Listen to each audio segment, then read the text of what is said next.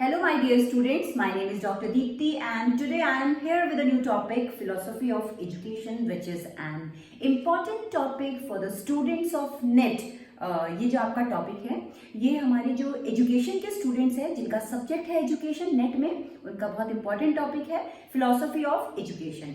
देखिए जो education word है ये आपका एक लैटिन वर्ड एडुकेटम से डिराइव्ड है, जिसमें कि ई का मतलब होता है इनसाइट और आपका ड्यूको का मतलब होता है टू प्रोसीड, यानी कि एजुकेशन का जो लिटरल मीनिंग है it is drawing out best from a child, यानी कि किसी भी बच्चे के अंदर से उसका बेस्ट निकाल कर आने को ही शिक्षा कहते हैं। तो आज मैं आपके समक्ष शिक्षा की कई परिभाषाएं यानी कि डेफिनेशंस डिस्कस करूंगी। जैसे कि हमारे कई एजुकेशनिस्ट हैं, उनका कहना है कि स्पिरिचुअल डेवलपमेंट को ही एजुकेशन कहते हैं। किसी का ये कहना है कि development of overall development is education, किसी का कुछ कहना है, किसी का ये कहना है कि जो आइडियाज होते हैं जो हम बच्चों को वैल्यूज देते हैं इसी को ही एजुकेशन कहते हैं। तो मैं आपके समक्ष आज काफी डेफिनेशंस डिस्कस करूंगी। देखिए सबसे पहला है आपका from the viewpoint of spirituality. जिन एजुकेशनिस्ट ने स्पिरिचुअल वैल्यूज के डेवलपमेंट को एजुकेशन कहा था वो आपके काफी साइकोलॉजिस्ट थे। तो मैं आपके सामने दो मेन डेफिनेशंस डिस्कस कर रही हूँ। जो आपने पहले डेफिनेशन दी थी वो थी हमारे स्वामी विवेकानंदा।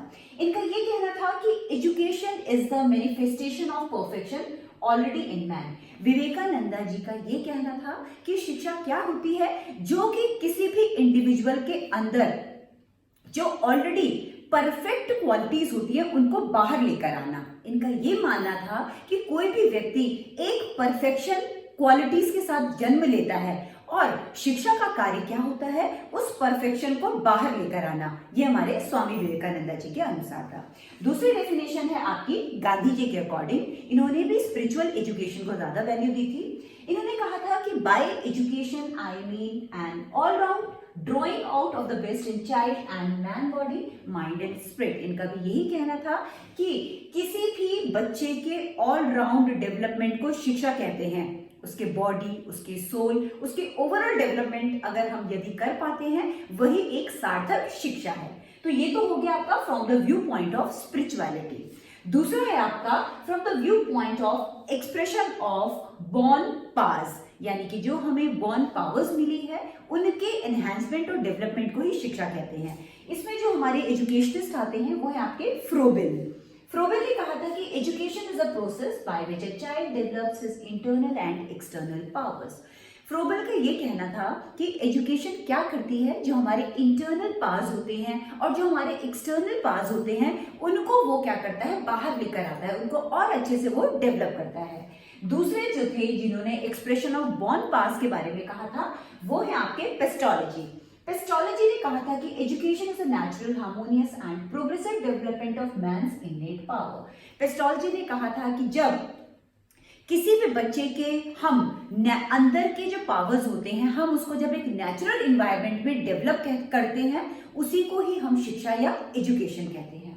तो ये तो हो गया आपका from the viewpoint of expression of born powers. फिर आपका है from the viewpoint of development of individuality. कुछ एजुकेशनिस्ट का ये मानना था कि एजुकेशन क्या होता है जब हम किसी भी व्यक्ति की इंडिविजुअल कैपेबिलिटीज को बाहर लेके आते हैं, एनहांस करते हैं, डेवलप करते हैं। इसमें जो सबसे पहला नाम है वो है हर्बर्ट का। हर्बर्ट ने कहा था कि education is the development of good moral character. यदि हम किसी भी इंडिविजुअल के मॉरल कैरेक्टर को डेवलप करते हैं दैट इज एजुकेशन। जो दूसरे एजुकेशनिस्ट हैं जिन्होंने डेवलपमेंट ऑफ इंडिविजुअलिटी पर डिफाइन किया था एजुकेशन के वो है आपका टीपी नन। इन्होंने कहा था कि education is the complete development of individuality so that a man can make an original contribution to human life according to his best capacity. उन्होंने कहा था कि जो भी एजुकेशन क्या होती है कि हम किसी भी व्यक्ति के इंडिविजुअल स्किल को सामने लेकर आए, उसको एनहांस करें ताकि व्यक्ति अपने इंडिविजुअल स्किल्स के अनुसार किसी भी सोसाइटी में कंट्रीब्यूट कर सके। ये टीपी नन के अनुसार था। इसके बाद जो मैं आपकी लास्ट डेफिनेशन डिस्कस कर रही हूँ वो है आपका from the viewpoint of development with environment, जिन्होंने कहा था कि जो हमारा सराउंडिंग एनवायरनमेंट होता है उसके अनुसार, उसके अकॉर्डिंग डेवलपमेंट करने को ही एजुकेशन कहते हैं। इनमें जो सबसे पहला नाम आता है वो आपके बहुत सारे एनवायरमेंटिस्ट हैं, जैसे रविन्द्रनाथ टैगोर, इन्होंने भी इस पे काम किया था। ठीक है, इन्होंने कहा था कि education is the development of all those capacities in the individual which will enable him to control his environment and fulfill his responsibility. इन्होंने कहा था कि हमारा एजुकेशन ये सक्षम होने में मतलब कि किसी भी इंडिविजुअल की उन क्वालिटीज को डेवलप करने में सक्षम होना चाहिए जिससे कि वो कैपेबल हो जाए अपने आसपास के वातावरण को कंट्रोल करने में। वातावरण से उनका मतलब फिजिकल वातावरण से था, साइकोलॉजिकल एनवायरनमेंट से था, हमारे सोशल एनवायरनमेंट से था, हमारे मॉरल एनवायरनमेंट से था। तो एजुकेशन क्या करेगा, उस व्यक्ति को कैपेबल बनाएगा so as to control his और हर सराउंडिंग एनवायरनमेंट। ये तो हो गई हमारी डेफिनेशंस ऑफ एजुकेशन। इसके बाद हम इन डेफिनेशंस के आधार पर हमने कुछ एनालिसिस किया था एजुकेशन का, जो मैं पॉइंट वाइज आपको समझाऊंगी। पहला आपका एनालिसिस ऑफ डेफिनेशन आता है कि education is a dynamic process. इसका मतलब ये है कि एजुकेशन क्या है, हमारा एक कॉन्टिन्यूअस प्रोसेस है, ये कभी रुकता नहीं है। बच्चा जब अपने माँ के वम में होता है या बच्चा जब जन्म लेता है तब से लेकर उसकी मृत्यु तक वो शिक्षा निरंतर पाता रहता है। फॉर्म कोई भी हो सकता है, आपका फॉर्मल फॉर्म भी हो सकता है, आपका नॉन फॉर्मल फॉर्म भी हो सकता है, आपका इनडायरेक्ट फॉर्म भी हो सकता है। तो जो शिक्षा होती है वो क्या होती है, कभी भी रुकती नहीं है। इसके बाद आता है आपका education is a bipolar process. कुछ एजुकेशनिस्ट का ये मानना था कि जो एजुकेशन होती है वो बाइपोलर प्रोसेस होता है, यानी कि इसमें दो पोल्स होते हैं, एक होता है आपका टीचर और एक आपका होता है लर्नर। तो ये दोनों पोल्स ही हमारे एजुकेशन को बनाते हैं। उसके बाद एक एजुकेशनिस्ट थे जिन्होंने ये बोला था कि नहीं, एजुकेशन बाइपोलर प्रोसेस न होके एजुकेशन क्या है, ट्राइपोलर प्रोसेस है, जिसमें कि आपका जॉन डुई का नाम आता है। जॉन डुई के अनुसार जो एजुकेशन है उसमें तीन पोल्स बहुत इंपॉर्टेंट होते हैं, एक तो आपका टीचर, स्टूडेंट और तीसरा उन्होंने करिकुलम एंड एनवायरनमेंट बताया था। यानी कि तीनों ही हमारे क्या होते हैं, ऐसे पोल होते हैं जो आपके एजुकेशन प्रोसेस को सुचारू रूप से चलाने में मदद करते हैं। Next is development of child's innate power. इन्होंने कहा था, मतलब हमारे एजुकेशनिस्ट ने, कि जो एजुकेशन होती है वो क्या करती है, बच्चों के इनेट पावर्स को डेवलप करती है। Next is education is not only bookish knowledge. Education क्या है, खाली किताबी ज्ञान नहीं है। हम खाली बुकिश नॉलेज को कभी भी शिक्षा नहीं कहते। शिक्षा का मतलब होता है कि हम किताब के अलावा दूसरे सोर्सेज से भी हम एजुकेशन ले। वो एक छोटा बच्चा भी हो सकता है, वो आपका कोई इन्वायरमेंट का स्टिमुलाई भी हो सकता है। तो हम शिक्षा किसी भी रूप से हम लेते रहते हैं। उसके बाद आ जाता है आपका लास्ट है आपका education is a process of social development. Education क्या करता है, हमारे सोशल स्किल्स को डेवलप करता है ताकि हम अपनी सोसाइटी में अच्छी तरीके से एडजस्ट कर सके और अपनी सोसाइटी के इम्प्रूवमेंट के लिए काम कर सके, उनके प्रोग्रेस के लिए काम कर सके। फिर आ जाता है आपका फाउंडेशंस ऑफ एजुकेशन। देखिए, जो आपकी शिक्षा होती है वो कुछ फाउंडेशंस को लेकर साथ चलती है। इनके अनुसार 4 फाउंडेशंस हैं आपके एजुकेशन यानी कि शिक्षा के, यानी कि 4 पिलर हैं एजुकेशन के। पहला है आपका फिलोसॉफिकल फाउंडेशन ऑफ एजुकेशन, दूसरा है आपका साइकोलॉजिकल फाउंडेशन ऑफ एजुकेशन, तीसरा है आपका sociological foundation of education and fourth one is historical foundation of education. देखिए, जो पहला आपका फाउंडेशन ऑफ एजुकेशन है वो है आपका philosophical foundation of education. Philosophy का अर्थ होता है सत्य की खोज करना, यानी कि जो सत्य को आपके सामने लेकर आता है उसे हम फिलॉसफी कहते हैं। फिलॉसफी क्या करता है, फिलॉसफी एजुकेशन की मदद करता है उस सत्य को सामने लाने में। जैसे कि फिलॉसफी आपका थ्योरी का काम करेगा, एजुकेशन उसे प्रैक्टिकली इंप्लीमेंट करता है। तो फिलॉसफी हमें ये बताता है एजुकेशन में कि उसका करिकुलम क्या होना चाहिए, किस तरीके के हमारे ऑब्जेक्टिव्स फ्रेम होने चाहिए, रोल ऑफ टीचर क्या होता है, बच्चे का रोल क्या होता है, टाइप ऑफ डिसिप्लिन क्या होना चाहिए, इवैल्यूएशन कैसे होना चाहिए। तो फिलॉसफी हमें एक थ्योरेटिकल मदद करता है, एक थ्योरी प्रोवाइड करता है एजुकेशन को, और एजुकेशन उस थ्योरी को इंप्लीमेंट करता है। तो ये तो हो गया आपका फिलॉसफी ऑफ एजुकेशन। बहुत सारी फिलॉसफी मैं आगे अपने वीडियोस में डिस्कस करूंगी। इसमें जैसे आपकी फिलॉसफीज आ जाएंगी, प्रैग्मेटिज्म हो गया, नेचुरलिज्म हो गया, ह्यूमनिज्म हो गया, एग्जिस्टेंशियलिज्म हो गया, आइडियलिज्म हो गया। तो इन सब फिलॉसफीज की अलग एक फाउंडेशन थी फॉर एजुकेशन, वो हम अपने आगे वीडियोस में मैं आपको डिस्कस करूंगी। दूसरा है आपका psychological foundation of education. Psychology का मतलब होता है स्टडी ऑफ ह्यूमन बिहेवियर। इसमें एजुकेशन को एक बच्चे यानी कि लर्नर की नजर से देखा जाता है, यानी कि जो एजुकेशनल ऑब्जेक्टिव्स या एजुकेशनल जो भी आपके करिकुलम या मेथड्स ऑफ टीचिंग फ्रेम होते हैं वो किसके अकॉर्डिंग होते हैं, बच्चे की नजर से फ्रेम होते हैं, उसके मेंटल लेवल, उसके एटीट्यूड, उसके इंटरेस्ट, उसके आईक्यू लेवल। तो बच्चा जो होता है, बच्चा child is the centre of the education. तो हम एजुकेशन फ्रेम करते हैं according to the child's capabilities. तीसरा है आपका sociological foundation of education.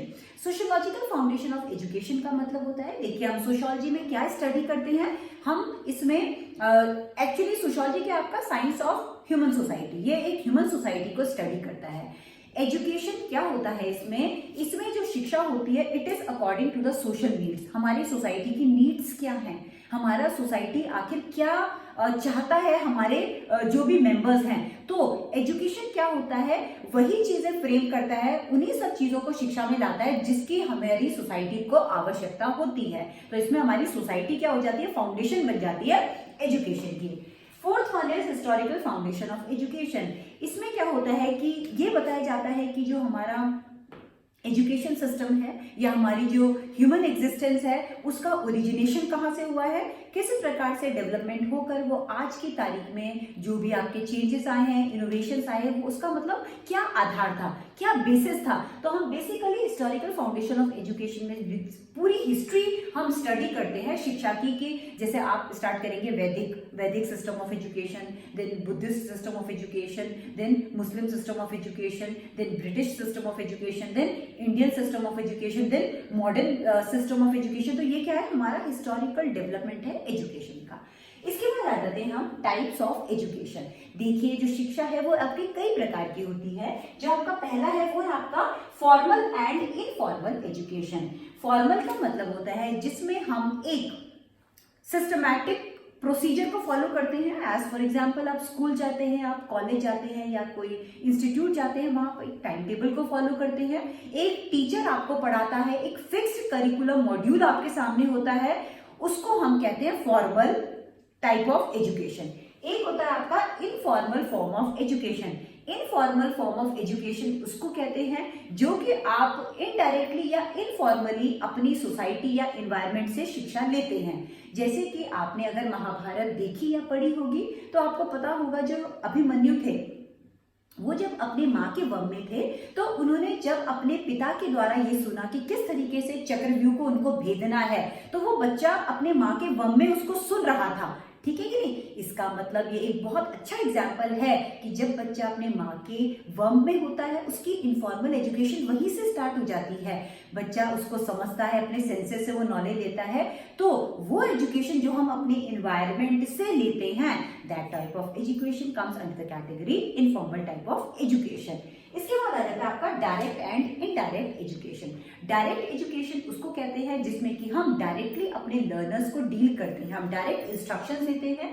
Indirect में क्या होते हैं, हम indirect sources of instruction use करते हैं। आप उसका टेलीफोनिक हो सकता है या आप ऑनलाइन यूज कर सकते हैं या आप कंप्यूटर्स यूज कर सकते हैं या आप टीचिंग मशीन्स यूज कर सकते हैं। तो जिसमें डायरेक्टली टीचर इन्वॉल्व होता है अपने लर्नर से that is direct type of education. जिसमें टीचर इनडायरेक्टली इन्वॉल्व होता है प्रोसेस में that is known as indirect type of education.